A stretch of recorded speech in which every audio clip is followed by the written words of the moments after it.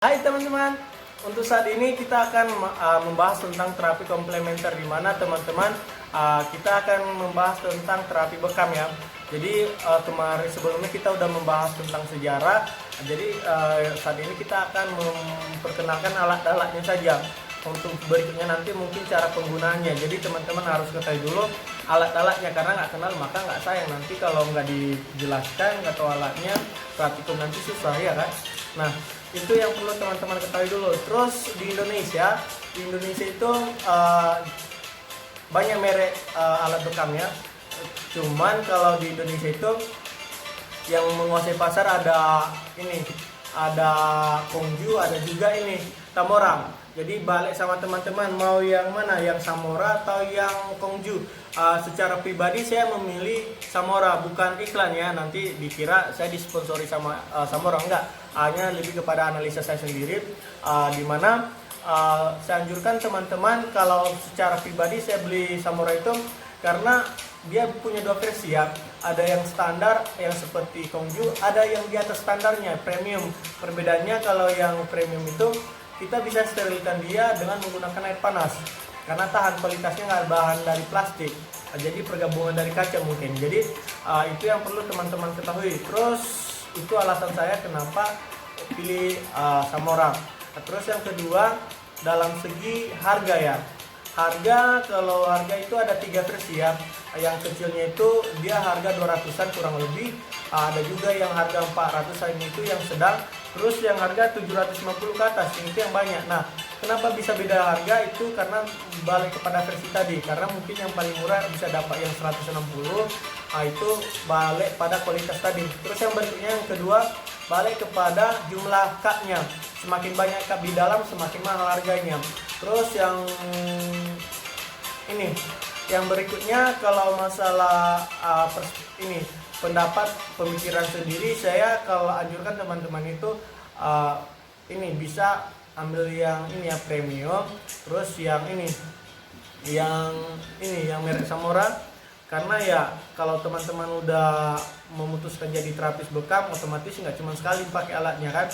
Karena banyak teman-teman yang pakai yang standar, totalnya pertengahan jalan beli yang baru lagi, karena mereka merasa sangat tidak membantu kalau menggunakan yang standar. Jadi balik sama teman-teman. Sedangkan kalau saya karena udah menggunakan yang premium, suatu saat nanti butuh yang lebih, maka saya nggak perlu mengganti, tidak menjual ini, cukup menambahkan cupnya, karena yang saya butuhkan nanti jumlah daripada cup itu sendiri. Nah, itu yang perlu teman-teman ketahui. Jadi itu balik kepada teman-teman mau seperti apa, mau yang standar aja, mau yang lebih murah, atau yang mau yang sekali beli biar nanti bisa dipakai untuk selamanya. Itu balik kepada teman-teman yang putuskan. Terus yang berikutnya, untuk alat ini sendiri, kalau membeli alat bekam itu satu set itu kita dapat tas ya. Misalnya di Samora kita udah langsung dapat tas. Terus di dalam tasnya itu kita udah diberikan cup sama pompanya. Nah, pompanya ini diantara semua merek yang paling kencang itu, yang paling kuat pompanya itu Samora ya. Jadi kalau misalnya pompa itu cuma 2 kali. Kalau dia misalnya teman-teman tahu bahwa beresiko kulitnya suatu saat melepuh, atau memang teman-teman udah tahu mungkin faktor usia ya. Terus lansia, terus yang kedua itu penyakit DM. Nah, teman-teman jangan 2 kali ya. Cukup 1,5 kali aja. Kenapa 1,5 itu? Karena kalau 1,5 itu tidak begitu berpotensi merusak kulit. Jadi itu yang perlu teman-teman ketahui. Sedangkan kalau 2 nanti bisa takutnya melepuh kulitnya. Jadi yang ada bukan kita bekam, tapi bisa kita rusak kulit pasien. Itu yang pertama. Terus yang berikutnya itu cup. Nah, untuk cup itu sendiri beda-beda ya. Yang paling besar itu nomor 1. Ini ada nomornya di sini kalau nggak salah. Ini nampak nggak ya? Ini ada, nampak kan? Nah, itu nomor 1-nya. Terus yang di bawah nomor 1 ada nomor 2. Ini nomor 2.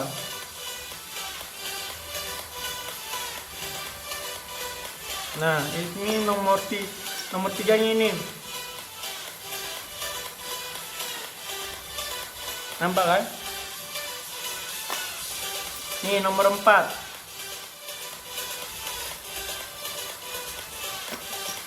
Nah, ini nomor 5. Nampak kan? Nampak lah. Nah, teman-teman, jadi kalau ada pertanyaan pasti ada lah ya.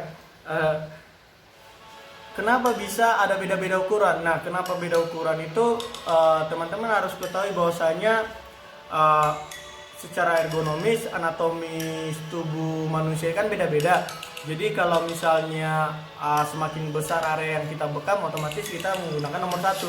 Tapi semakin kecil area yang kita bekam itu ya kita cukup menggunakan yang nomor 5 atau nomor 4. Balik sama teman-teman, mungkin misalnya contoh nih di punggung, jadi cukup kita pakai nomor 1 atau nomor 2. Tapi kalau di leher misalnya, kan ada nih yang misalnya si pasien ini lehernya agak sedikit lebar, jadi cukup menggunakan nomor 3 atau nomor 4. Tapi kalau misalnya ada yang kurusan ya, biar alat bekamnya ini kuat, cukup pakai nomor 5 aja yang paling kecil. Jadi itu yang perlu teman-teman ketahui. Terus yang berikutnya alat yang kita butuhkan itu, kalau bekam basah kita menggunakan yang namanya pen. Jadi kenapa pen? Kita melakukan insisi area-area yang akan kita bekam. Tujuan kita tusuk menggunakan jarum yang steril juga ya, sekali pakai. Nah, kita nanti keluarkan darah kotor di situ. Jadi kalau cara kita menggunakan misalnya gini, contohnya gini. Ini pompanya yang kita pasang. Nah, sesuaikan. Ini kalau contoh yang besar maka nggak bisa teman-teman.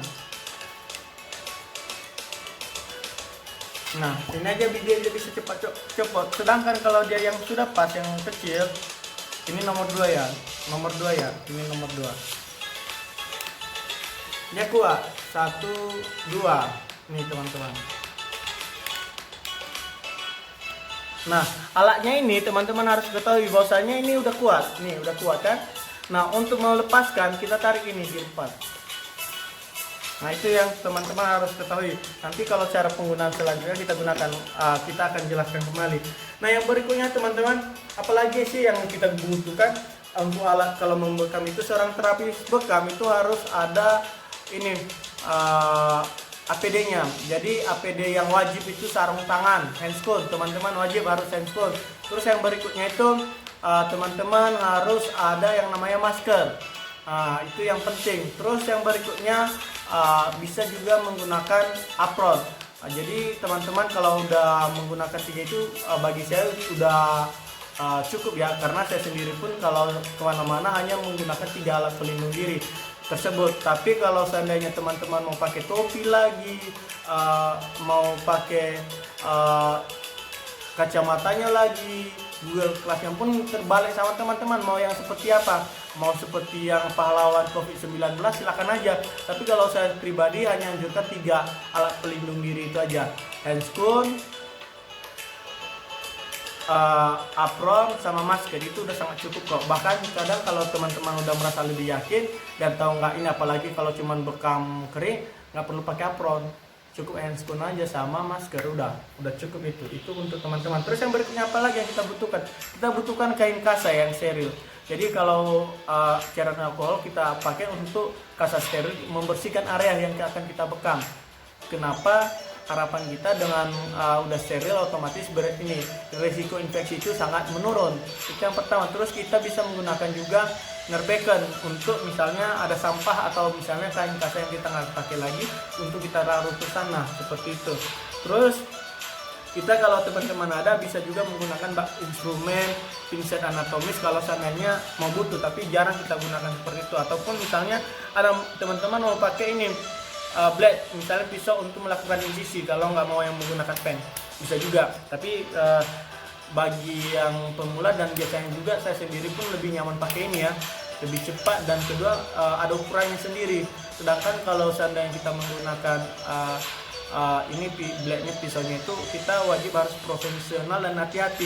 Dan walaupun profesional seringkali itu membuat si pasien juga agak sedikit ini ya, takut dengan kita menggunakan blade dengan pisau, soalnya bisa jadi terjadi risiko mungkin dia ketakutan, jadi yang ada kita salah ngukur, jadi semakin itu. Sedangkan kalau ini udah ada ukuran masing-masing, jadi itu lebih aman. Jadi balik sama teman-teman sendiri. Terus yang berikutnya, setelah selesai teman-teman, kalau di dunia kesehatan selalu dianjurkan menggunakan betadine, namun kalau di PBI itu kita dianjurkan menggunakan ini ya, minyak zaitun yang murni 100% ya. Kenapa? Minyak zaitun udah efektif, bisa ini mempercepat proses penyembuhan area bekam. Jadi kalau teman-teman balik lagi, tapi ini pun bisa jadi bahan penelitian ya suatu saat. Jadi itu aja sekian dari saya untuk penjelasan tentang alat. Untuk tahap berikutnya penggunaannya nanti tunggu video berikutnya. Jangan lupa di subscribe. Thank you.